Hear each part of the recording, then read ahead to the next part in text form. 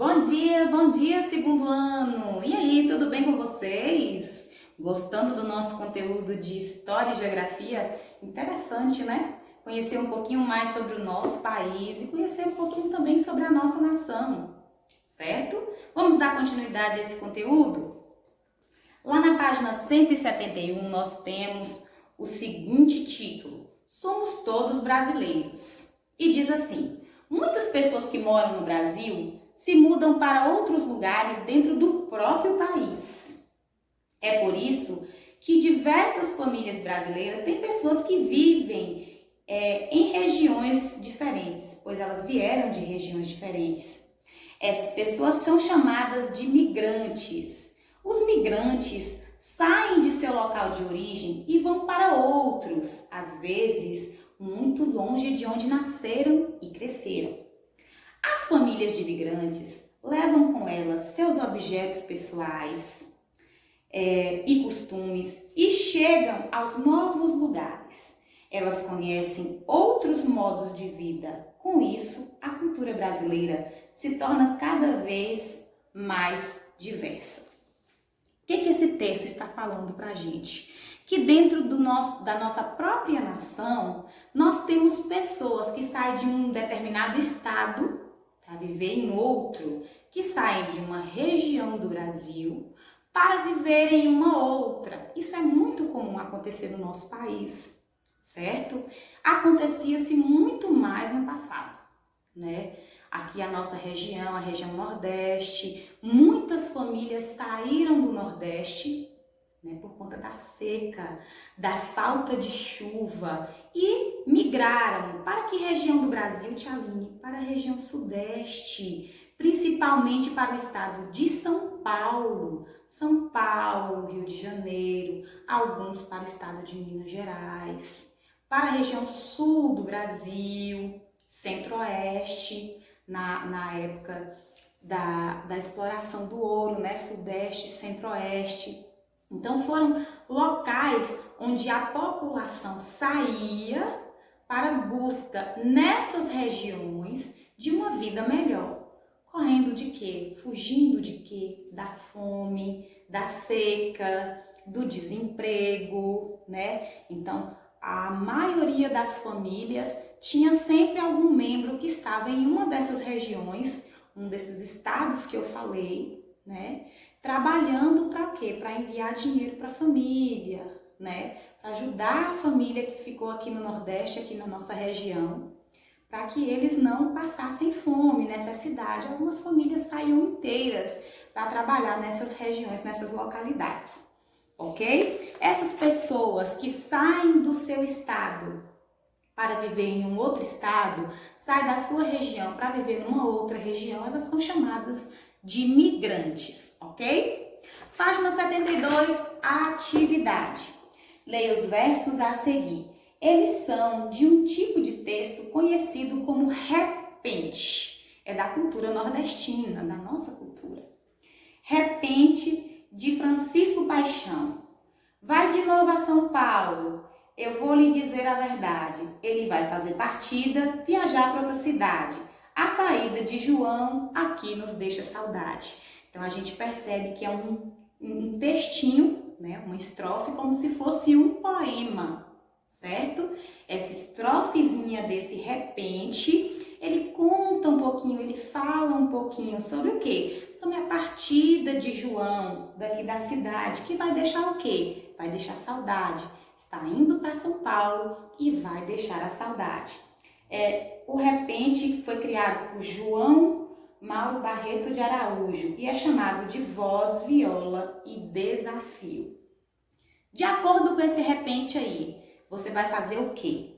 Vai dizer assim, agora responda, vai responder. Letra A, para onde vai João? Lá na primeira linha, né, do nosso repente já está indicando a localidade para onde João vai. B, qual é o sentimento das pessoas que deixaram de viver com João? O que essas pessoas irão sentir de João? De João que está saindo da sua região para viver em uma outra localidade, para morar em São Paulo. As pessoas que vão ficar vão sentir o que de João? Você vai responder. Número 2. De acordo com o texto, João ele é o quê? Ele é um migrante, ele é paulista ou ele é um imigrante? Lembra lá o que a gente conversou, certo? Imigrante é uma pessoa que sai de um país para o outro. Migrante é a pessoa que sai da sua região para a outra, ok? Página 173, nós temos aí a leitura de um texto, diz assim: muitas escolas brasileiras têm alunos migrantes de diferentes regiões do país. A seguir, leia um texto sobre uma dessas escolas. Diz assim: na minha escola, todo mundo é igual. É o título do texto. Diz assim: lá na minha escola, ninguém é diferente. Cada um tem o seu jeito. O que importa é ir para frente. Tem criança gorda, magra, alta, baixa, rica, pobre, mas todas são importantes, como prata, ouro e cobre. Tem nordestino, sulista, carioca e mineiro, amazonense e goiano. Tem paulista e estrangeiro. Que bom se todo mundo pudesse entender direito, que tudo fica mais fácil sem o tal do preconceito. Então, nesse texto aí está falando o quê? Que numa escola tem pessoas de regiões diferentes. E não é porque ela é de uma região diferente da nossa, que ela tem costumes diferentes do nosso, que ela tem um jeito de falar diferente do nosso, que isso se torna um motivo de piada, preconceito, né? Então a gente deve respeitar cada pessoa com a cultura que ela traz, com a crença, com a cor da pele, com o jeito do cabelo, com os enfeites que usa. Por quê? Porque isso faz parte da identidade dela, certo? A gente sabe de onde a gente vem e trazemos as características em nós das pessoas que nós mais amamos na nossa vida, que são os nossos pais, né? Nós herdamos deles tudo que nós somos hoje, né? E que seremos no futuro. Por quê? Porque aprendemos com eles o que há de melhor. E o que há de melhor é valorizar cada uma dessas pessoas por aquilo que são, certo? Por que Tia Aline está falando isso? Porque nós vamos observar que existem pessoas que são de características diferentes, mas que não faz com que a pessoa deixe de ser igual em termos de ser um ser humano, de ser uma vida ali do outro lado. Então, você vai se olhar no espelho e você vai observar que seu cabelo é todo lisinho. Aí tem uma coleguinha que usa o cabelo cacheado. E não é porque o cabelo é cacheado que o cabelo é feio, ou não é porque o cabelo é preto e o outro é loiro, ou não é porque um fala paiê e o outro fala painho, é maninha, é manhê, entendeu? Então, cada um vai trazer uma cultura diferente, vai falar de uma forma diferente. E nós iremos respeitar. Essa pessoa vai trazer consigo as suas características, né, a sua cultura, e isso para nós não deve ser motivo de piada, certo? Para não se tornar ofensivo e agressivo. Quando a gente para rir, colocar apelidos, fazer graça, zombaria de alguém por alguma das características que traz, seja de religião, de característica física, de costume, de crença, de vestuário, a gente constrange o outro e o outro fica triste, sente, né? E nós não devemos fazer isso. Nós devemos ver e respeitar. Respeitar não significa que você vai ter que fazer do mesmo jeito, que você vai ter que viver a sua vida da mesma forma do outro, mas entender que aquela pessoa é daquele jeito e aceitá-la da forma que é, ok? Vamos lá. Primeira questão. No poema está escrito, lá na minha escola ninguém é diferente. Em sua opinião, as pessoas da escola do poema, elas são iguaizinhas? Você vai dizer se elas são ou se elas não são. Número 2.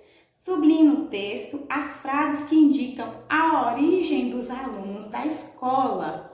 Tialine Tialine falou no texto algumas palavras que são diferentes. Por exemplo, nordestino. Quem é nordestino? É quem veio do Nordeste, certo? Nós somos nordestinos. Por quê? Porque nós somos do Nordeste. Nós nascemos na região Nordeste do Brasil, ok? Sulista. Quem é sulista? Quem é da região Sul do Brasil, certo? Quem é carioca, lá de Rio de Janeiro, mineiro, de Minas Gerais, amazonense, que veio do Amazonas, goiano, que veio de Goiânia, que mais? Paulista, que veio de São Paulo. E estrangeiro, quem é estrangeiro? Quem veio de outro país, certo? Então, vendo as culturas e conhecendo cada um, a gente deve respeitar, né, sua cultura, seu jeito de falar, enfim, a cultura de cada uma das pessoas das regiões do nosso Brasil. Página 174 diz assim: o que a autora afirma sobre todas as crianças da escola? Todas são o quê? 4. Leia a história da senhora Dalva. Aí nós temos uma historinha, como se fosse uma história em quadrinhos, dessa senhora que se chama Dalva. Minha família e eu sempre vivemos aqui na fazenda de meus avós. Foi onde minha mãe nasceu e foi onde eu nasci. Vivo nesse lugar há 70 anos. Aparece aí ela mostrando a fotografia dela na fazenda onde ela e a mãe dela viveram e nasceram. Aí ela mostra uma segunda imagem. Agora vou me mudar desta fazenda. Vou com meu filho para a cidade, onde ele trabalha e vive com a família dele. Vou sentir muita falta da fazenda, dos lugares por onde brinquei e onde cresci. Aparece ainda uma terceira imagem. Aparece aí a dona Dalva e mais um balãozinho. Diz assim: mas também sei que vai ser bom me mudar, porque vou ficar mais perto de minha família. Com isso, vou passar mais tempo com os meus netos e com as minhas netas, né? Indica aí que Dona Dalva o quê? Que Dona Dalva continuava vivendo na fazenda, que o seu filho já havia se mudado da fazenda para trabalhar e viver em outro lugar, que nesse outro lugar ele havia já construído uma família, que Dona Dalva, que já vivia nessa fazenda há mais de 70 anos, já é uma senhora idosa. Já não pode mais ficar sozinha. Então ela ia fazer o quê? Ela ia viver com o filho, com a nora, com os netos, onde? Onde o seu filho vive. De acordo com o textinho aí de Dona Dalva, eu quero que você observe e responda lá. Letra A. Do que a senhora Dalva diz que ela vai sentir falta? Do que ela vai sentir saudade? Do que mais ela gostava e que ela vai sentir saudades em deixar a fazenda? Letra B. Ela acha que vai ser bom ou ruim se mudar para a cidade? Vai ser bom? Ela fala lá no último balãozinho. Vai ser bom ou ruim se mudar para a cidade? Por que ela tem essa opinião? Você vai ler para responder, ok? A partir de agora, você vai resolver o exercício que está na página 175 e 176 do nosso Em Casa, ok? Aqui nós encerramos esse conteúdo, encerramos o bloco de História e Geografia da primeira unidade. Fiquem todos com Deus. Beijo no seu coração, meu amor. Amo vocês. Tchau.